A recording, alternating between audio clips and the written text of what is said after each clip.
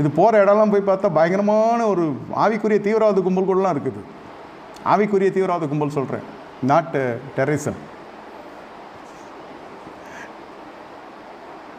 சகரியாவில் வாசிக்கிறோம் 10வது அதிகாரம் 2வது வசனத்தில், மேய்ப்பன் இல்லாததினால் சிறுமைப்படுத்தப்பட்டார்கள்.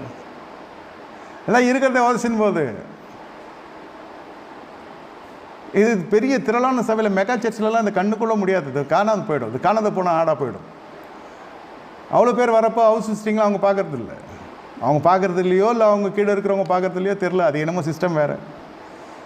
இது போனது முதலே காணாமல் போகணும்னு நினச்சி தான் போகிறான் இவன். எவ்வளோ துணிகாரம்! பெற்றுக்கொண்ட தேவ சமத்துக்கு உண்மையாக இல்லாமல் இங்கே போகிறேன் அங்கே போகிறேன் அங்கே போகிறேன் இங்கே போகிறேன், கடைசியில் ஒரே மட்டும் இவன் போய் சேர்ந்துருவான். எங்கே? பரலோகத்துக்கு இல்லை, பூலோகத்தை விட்டு போகிறது இல்லை, பூமியிலே நிலையாட்டுனா இவன் மேய்ப்பில்லாத சிறுமைப்படுவான்.